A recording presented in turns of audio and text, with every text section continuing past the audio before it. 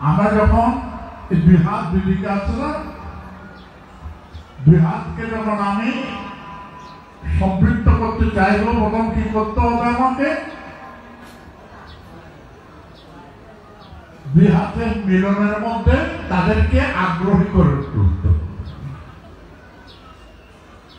তারপরে আগ্রহী হলে তারপরে আস্তে আস্তে কাছে আনতে পারবো। কাছে আনলে আস্তে আস্তে নিষ্পত হবে। যখন দুই হাত মিলে গেল তখন কি হবে? আমল হবে। ঘর্ষণ ঘর্ষণ করলে তাসির হবে, হাত গরম হয়ে যাবে, কেমন না? এখানেও আমার কলবের সাথে যদি আমি নূর মুহাম্মদের নিসবত করতে চাই, আমার কি করতে হবে? প্রথম আমার কলবের সাথে নূর মুহাম্মদের সম্পর্ক করতে হবে। কলবের সাথে নূর মুহাম্মদের সম্পর্কটা হচ্ছে কি?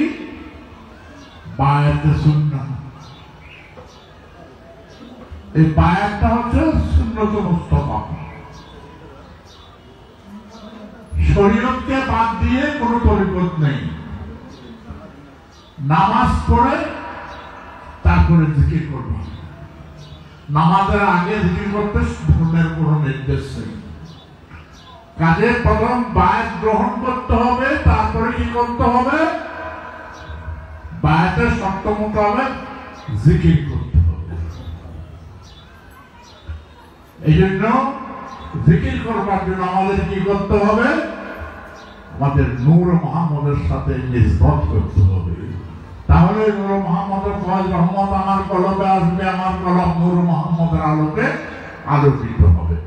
এই জন্য জিকির করার জন্য বর্জনটা অত্যন্ত প্রয়োজন। কাজে যখন জিকির করতে বসবো, এখন তো বায়াত দিচ্ছ, কিন্তু যখন জিকির করতে বসবা একাকী, তখন ধ্যান করে বর্জন নিবা, বর্জনের সাথে নিসবত করবা, বর্জনের সাথে নিসবত করলে কলবের সাথে নূর মুহাম্মদের নিসবত হয়ে যাবে ইনশাআল্লাহ। যারা মায়ের নিতে বসছো,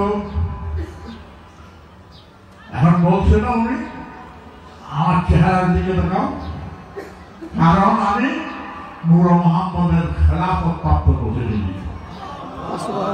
গৌসুল আজম ভান্ডারী শাহাবুল্লাহ কাদ্দাসাল্লাহু আযীজ ওসিয়া গৌসুল আজম বলেছেন কি, দিলা মায়না हमारा नवाब है और कोई नवाब है। दलबर हुसैन भांडाরী के उन्हीं रुई वारिस করে গেছেন। আর ওসিয়া গৌসুল আজম বলতেছে, আমি যেভাবে কামেল ওলিউল্লাহ রুই ওয়ারিস সাব্যস্ত, ওনাকে গৌসুল আজম যেভাবে বলছে যে সুলতান আমার দালা মায়না হয়, ওনার গৌসিয়া সুলতানদের জিম্মাদারি দালাওয়ার হুসাইন ভান্ডারীকে দিয়ে গেছেন।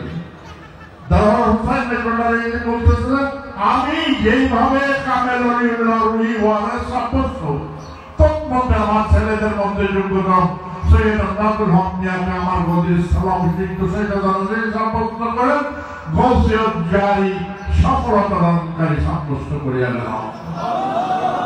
আমাদের গৌসিয়ত জারি সাব্যস্ত করে গেছে। এই জন্য আমার বলে কি দায়িত্ব নিয়েছে?